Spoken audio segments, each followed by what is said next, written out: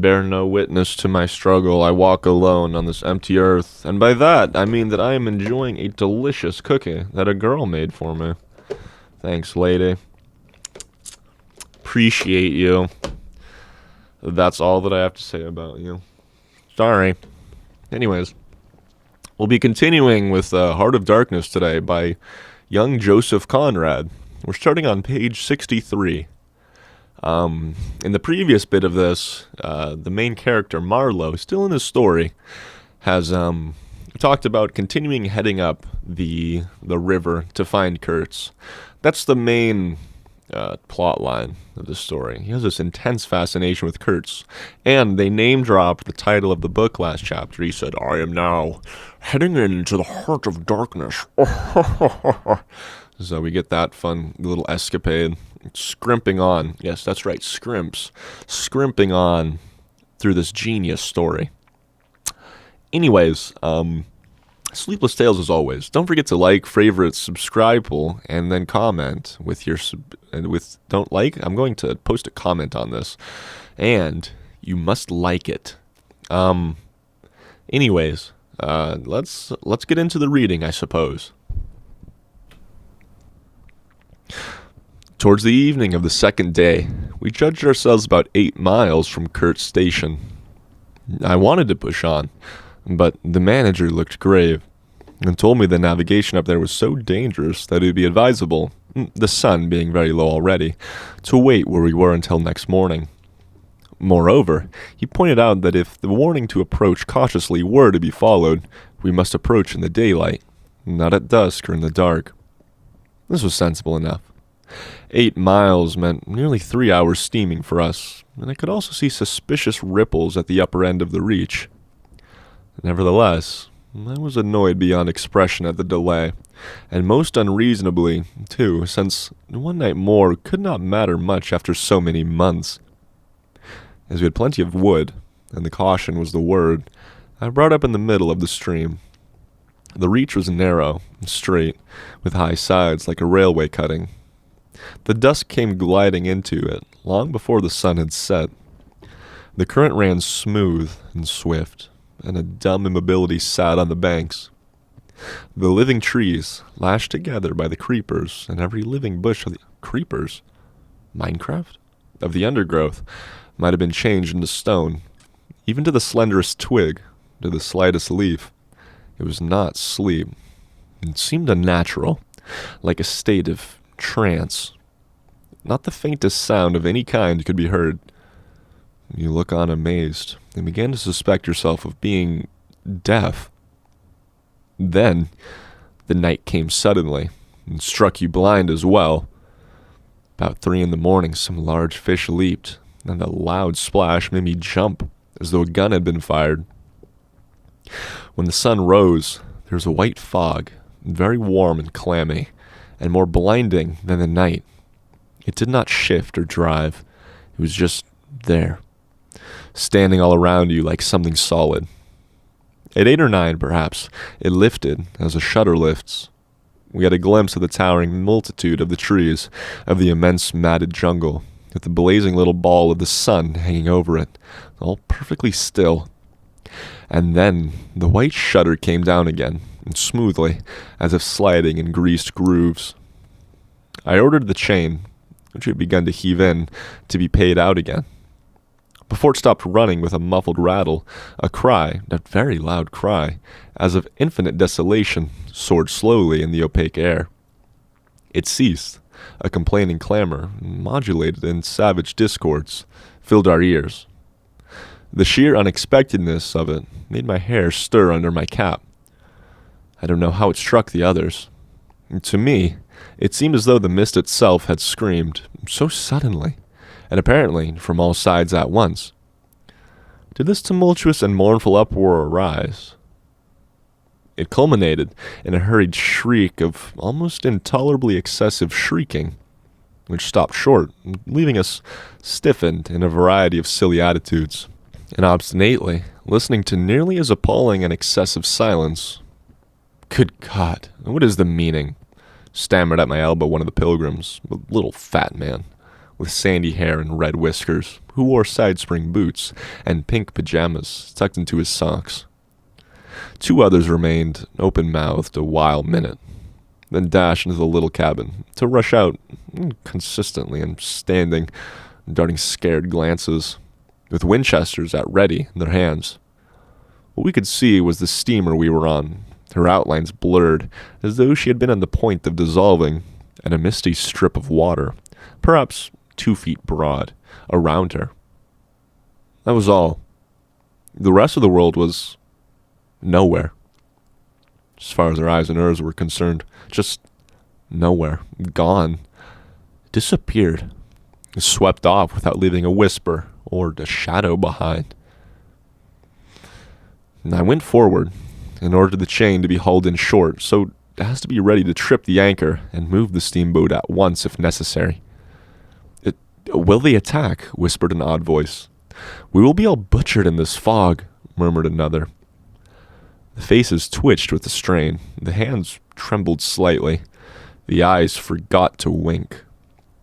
It was very curious to see the contrast of expressions of the white men and of the black fellows of our crew, who were as much strangers to that part of the river as we. Though their homes were only 800 miles away, the whites, of course, greatly discomposed, had besides a curious look of being painfully shocked by such an outrageous row. The others had an alert, naturally interested expression, but their faces were essentially quiet, even those of the 1 or 2 who grinned as they hauled at the chain. Several exchanged short, grunting phrases, which seemed to settle the matter to their satisfaction.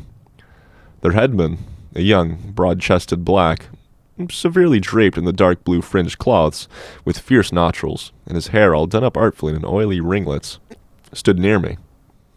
"Aha," I said, just for good fellowship's sake. "Catch him," he snapped, with a bloodshot widening of his eyes and a flash of sharp teeth. "Catch him! Give him to us." "To you, eh?" I asked. "What would you do with him?" "Eat him," he said curtly, and leaning on elbow on the rail, looked out into the fog in a dignified and profoundly pensive attitude. I would no doubt he'd have been properly horrified. It had not occurred to me that he and his chaps must be very hungry. Of that, they must have been growing increasingly hungry for at least this month's past.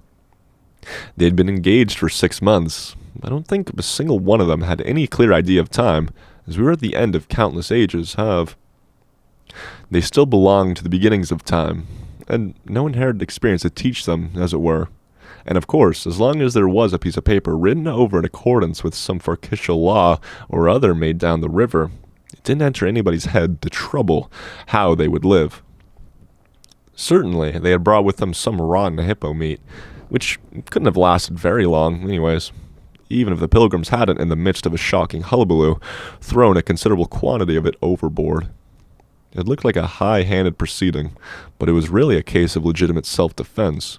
You can't breathe dead hippo, waking, sleeping, and eating, and at the same time keep a precarious grip on existence. Besides that, they'd given them every week 3 pieces of brass wire, each about 9 inches long, and the theory was they were to buy the provisions with that currency in riverside villages. You can see how that worked. There were either no villages, or the people were hostile. Or the director, who like the rest of us, fed out of tins, with an occasional old he-goat thrown in, didn't want to stop the steamer for some more or less recondite reason. So unless they swallowed the wire itself, or made loops of it to snare the fishes with, I don't see what good their extravagant salary could be to them. I must say, it was paid with a regularity worthy of a large and honorable trading company.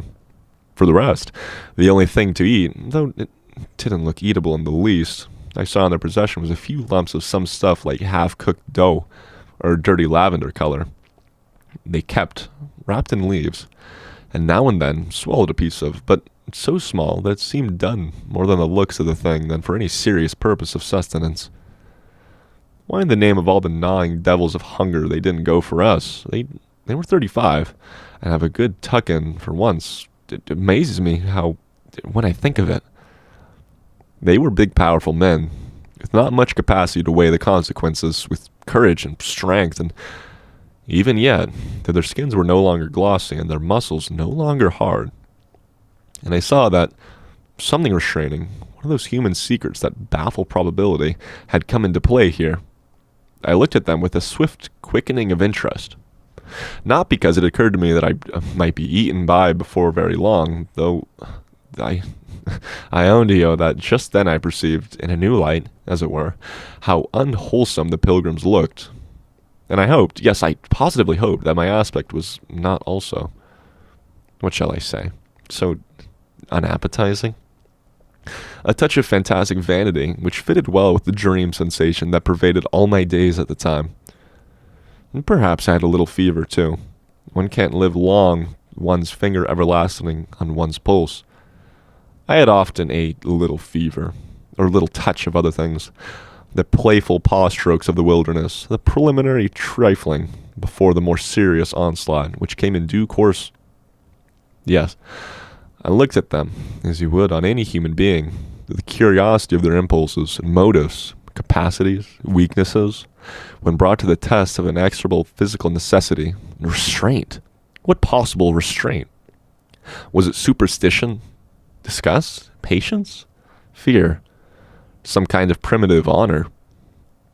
No fear can stand up to hunger. No patience can wear it out. Disgust simply does not exist where hunger is, and as to superstition, beliefs, and what you may call principles, they are less than chaff in a breeze. Don't you know the devilry of lingering starvation, its exasperating torment, its black thoughts, its somber and brooding ferocity? Well, I do. It takes a man all of his inborn strength to fight hunger properly. It's really easier to face bereavement and dishonor and the perdition of one's soul than this kind of prolonged hunger. Sad but true. And these chaps, too, had no earthly reason for any kind of scruple. Restraint. I would just as soon expected restraint from a hyena prowling amongst the corpses of a battlefield. But there was the fact facing me, the fact dazzling, to be seen, like the foam of the depths on the sea, like a ripple of an unfathomable enigma. A mystery greater, when I thought of it, than the curious, inexplicable note of desperate grief in this savage clamor that had swept us by on the riverbanks, behind the blind whiteness of the fog. Two pilgrims were quarreling in hurried whispers, as of which bank. Left. No, how can you? Right, of course. It is very serious, said the manager's voice behind me. I'd be desolate if anything would happen to Mr. Kurtz before we came up. I looked at him, and had not the slightest doubt he was sincere. He was just the kind of man who would wish to preserve appearances. That was his restraint. But when he muttered something about going on at once, I did not even take the trouble to answer him. I knew, and he knew, that it was impossible. Were we to let go of our hold on the bottom, we would be absolutely in the air, in space.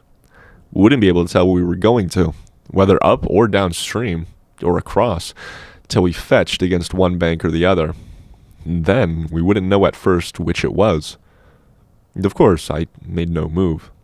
I had no mind for a smash-up. You couldn't imagine a more deadly place for shipwreck. Whether we drowned at once or not, we were sure to perish speedily in one way or another. I authorize you to take all the risks, he said, after a short silence. I refused to take any, I said shortly, which was just the answer he expected, though its tone might have surprised him. Well, I must defer to your judgment. You are captain, he said with marked civility. I turned my shoulder to him in sign of my appreciation, and looked into the fog. How long would it last? It was the most hopeless lookout. The approach to this Kurtz, groping for ivory in the wretched bush, was beset by as many dangers as though he had been an enchanted princess sleeping in a fabulous castle. Will they attack, do you think? Said the manager, in a confidential tone. I did not think that they would attack, for several obvious reasons. The thick fog was one. If they left the bank in their canoes, they would get lost in it, as if they had attempted to move. Still, I had also judged the jungle of both banks quite impenetrable. And yet, eyes were in it. Eyes that had seen us. The riverside bushes were certainly very thick, but the undergrowth behind was evidently penetrable. However, during the short lift I had seen no canoes anywhere in the reach, certainly not abreast of the steamer, but what made the idea of attack inconceivable to me was the nature of the noise, of the cries we had heard. They had not the fierce character boding immediate hostile intention. Unexpected, wild, and violent as they had been, they had given me an irresistible impression of sorrow. The glimpse of the steamboat had, for some reason, filled those savages with unrestrained grief. The danger, if any, I expounded, was from our proximity to a great human passion let loose.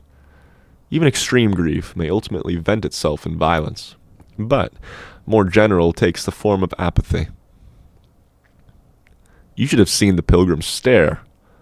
They had no heart to grin, or even to revile me, but I believe they thought me gone mad. With fright, maybe. I delivered a regular lecture. My dear boys, it was no good bothering. Keep a lookout. Well, you may guess I watched the fog for the signs of lifting as a cat watches a mouse. But for anything else, our eyes were of no more use to us than if we had been buried miles deep in a heap of cotton wool. It felt like it, too. Choking and warm and stifling. Besides, all I said, though it sounded extravagant, was absolutely true to fact.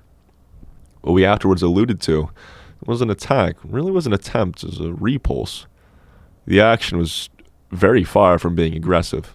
It was not even defensive in the usual sense. It was undertaken under the stress of desperation, and in its essence, it was purely protective. It developed itself, I should say, 2 hours after the fog lifted, and its commencement was as a spot, roughly speaking, about 1.5 miles below Kurtz's station. We had just floundered and flopped round a bend when I saw an islet, a mere greasy hummock of bright green, in the middle of the stream. It was the only thing of the kind, but as we opened the reach more, I perceived it was the head of a long sandbank, or rather, of a chain of shallow patches stretching down the middle of the river. They were discolored, just awash, and the whole lot was seen just under the water, exactly as a man's backbone is seen, running down the middle of his back under the skin. Now, as far as I did see, I could go to the right or to the left of this. I didn't know either channel, of course. The banks looked pretty well alike. The depth appeared the same. But as I had been informed, the station was on the west side. I naturally headed for the western passage. No sooner had we fairly entered it than I became aware it was much narrower than I had supposed. To the left of us, there was the long interrupted shoal, and to the right a high steep bank, heavily overgrown with bushes. And above the bush, the trees stood in serried ranks. The twigs overhung the current thickly, and from a distance, a large limb of some tree projected rigidly over the stream. It was then well on in the afternoon.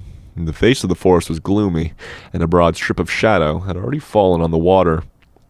In this shadow we steamed up, very slowly, as you may imagine.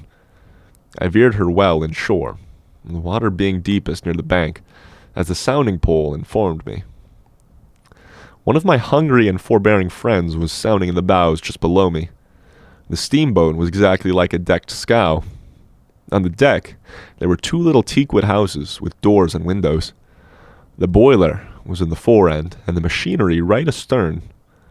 Over the whole there was a light roof, supported on stanchions. The funnel projected through that roof, and in front of the funnel a small cabin built of light planks served for a pilot house. It contained a couch, 2 camp stools, a loaded martini henry leaning in one corner, a tiny table, and the steering wheel.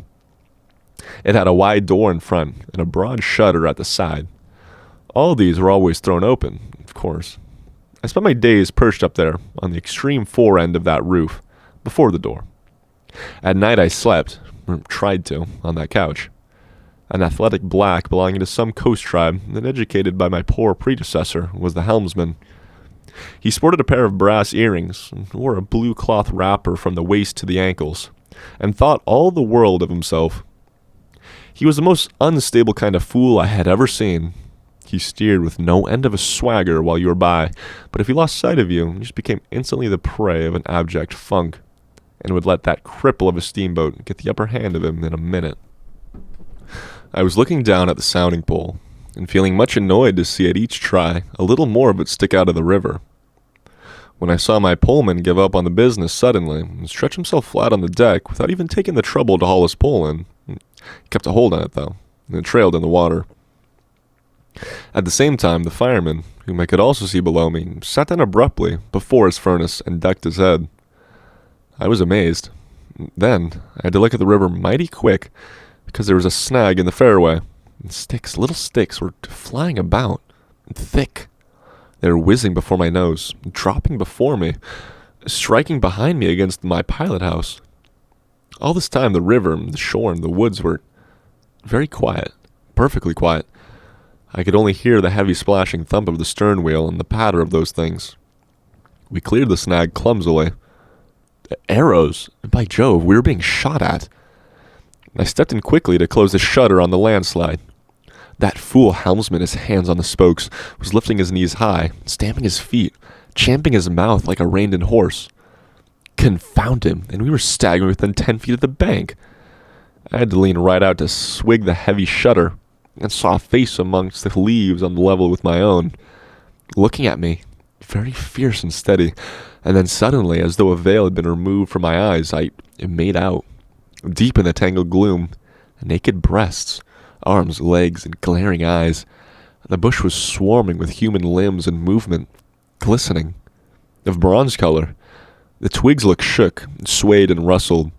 The arrows flew out of them, and then the shutter came too.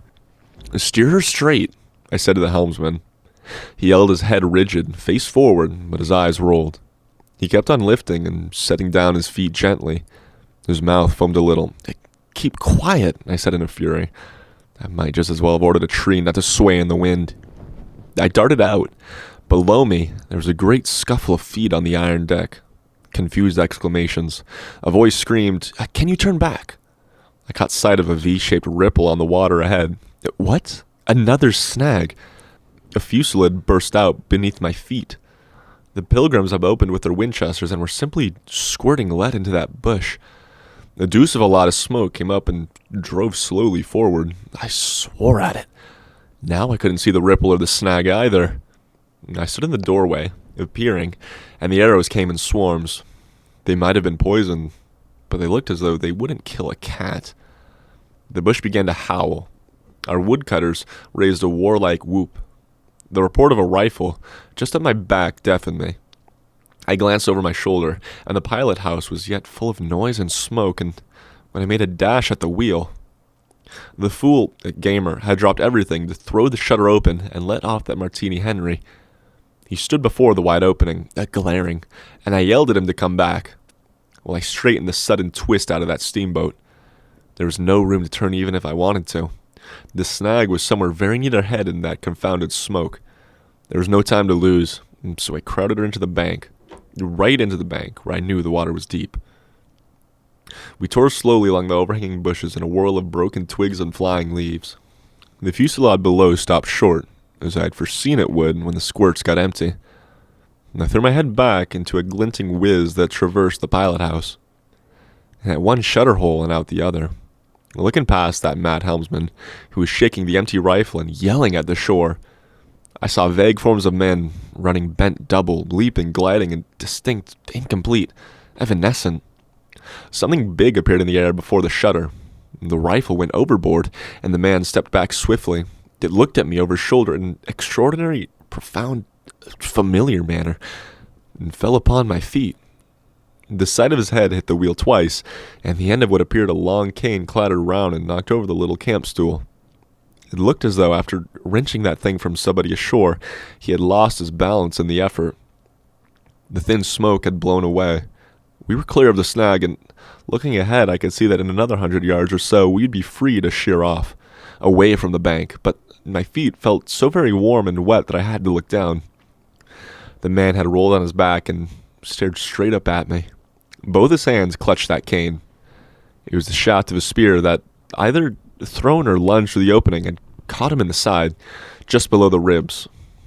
The blade had gone in out of sight, after making a frightful gash. And my shoes were full. A pool of blood lay very still, gleaming dark red under the wheel. His eyes shone with an amazing luster. The fusillade burned out again. He looked at me anxiously, gripping the spear like something precious. With an air of being afraid I would try to take it away from him. I had to make an effort to free my eyes from his gaze and attend to the steering. With one hand, I felt above me for the line of the steam whistle and jerked out screech after screech hurriedly. The tumult of angry and warlike yells was checked instantly, and then from the depths of the woods went out such a tumultuous and prolonged wail of mournful fear and utter despair as may be imagined to follow the light of the last hope from the earth. There was a great commotion in the bush. The shower of arrows stopped, and a few dropping shots rang out sharply. Then silence, in which the languid beat of the stern wheel came plainly to my ears. I put the helm hard a starboard at the moment when the pilgrim in pink pajamas, very hot and agitated, appeared in the doorway. "The manager sends me," he began in an official tone, and stopped short. "Good God," he said, glaring at the wounded man. We two whites stood over him, and his lustrous and inquiring glance enveloped us both. I declare it looked as though he had presently put us to some questions in an understandable language. But he died without uttering a sound, without moving a limb, without twitching a muscle. Only in that very last moment, as though in response to some sign we could not see, to some whisper we could not hear, he frowned heavily, and that frown gave to his black death mask an inconceivably somber, brooding, menacing expression. The luster of inquiring glance faded swiftly into vacant glassiness. "Can't you steer?" asked the agent angrily. He looked very dubious, but I made a grab at his arm, and he understood at once I meant him to steer whether or no. To tell you the truth, I was morbidly anxious to change my shoes and socks. "He is dead," I murmured the fellow, immensely impressed. "No doubt about it," said I, tugging like mad at the shoelaces. "And, by the way, I suppose Mr. Kurtz is dead as well by this time." For that moment, that was the dominant thought. There was a sense of extreme disappointment, as though I had found out I had been striving after something altogether without a substance. I could have been more disgusted if I had traveled all this way for the sole purpose of talking with Mr. Kurtz, I flung one shoe overboard and became aware that was exactly what I'd been looking forward to. A talk with Kurtz. I made the strange discovery that I'd never imagined him as doing, but discoursing. I didn't say to myself, "Now I will never see him," or "Now I'll never shake him by the hand," but "Now I will never hear him." The man presented himself as a voice. Not, of course, that I did not connect with him on some sort of action.